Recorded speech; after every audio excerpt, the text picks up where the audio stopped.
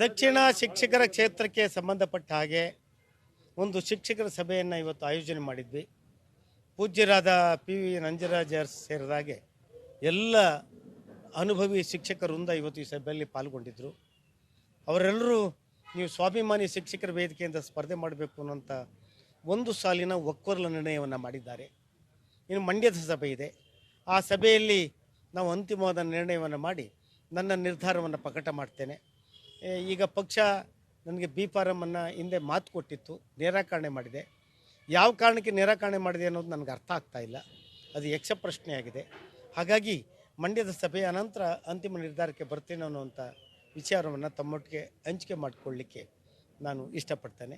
ಮತ್ತು ಪಕ್ಷ ಇವತ್ತು ಯಾಕೆ ಇಂಥ ಕೆಟ್ಟ ನಿರ್ಧಾರವನ್ನು ತೆಗೆದುಕೊಂಡಿದೆ ಅನ್ನೋದ್ರ ಬಗ್ಗೆ ನಾನು ಆ ಸಮಸ್ಯೆ ಆಳಕ್ಕೆ ಇಳಿದು ಆ ಒಂದು ಕಾರಣವನ್ನು ತೆಗೆಯುವ ಪ್ರಯತ್ನದಲ್ಲೂ ಕೂಡ ಇದ್ದೇನೆ. ಕಾಂಗ್ರೆಸ್ ಇಲ್ಲಿ ಯಾವತ್ತೂ ಗೆದ್ದೇ ಇಲ್ಲ. ಕಾಂಗ್ರೆಸ್ಗೂ ಶಿಕ್ಷಕರಿಗೂ ಬರಲ್ಲ, ಕಾಂಗ್ರೆಸ್ಗೂ ನೌಕರಿಗೂ ಬರಲ್ಲ.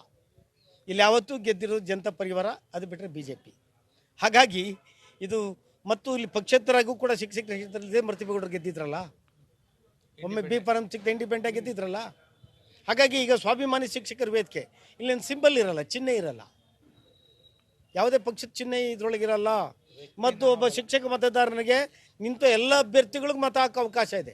ಆದ್ಯತೆ ಮೇರೆಗೆ ಪ್ರಿಫರೆನ್ಷಿಯಲ್ ಓಟ್ ಇದು. 15 ಜನ ನಿಂತರೆ 15 ಜನಕ್ಕೂ ಓಟ್ ಹಾಕ್ಬೋದು, ಯಾರಿಗೂ ಬೇಜಾರು ಮಾಡೋಂಗಿಲ್ಲ.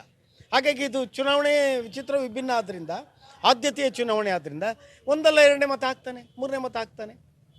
ಹಾಗಾಗಿ ಮಂಡ್ಯದ ಸಭೆಯ ಅನಂತರ ಅಂತಿಮ ನಿರ್ಧಾರಕ್ಕೆ ಬರ್ತಾನೆ. ನಮಸ್ಕಾರ.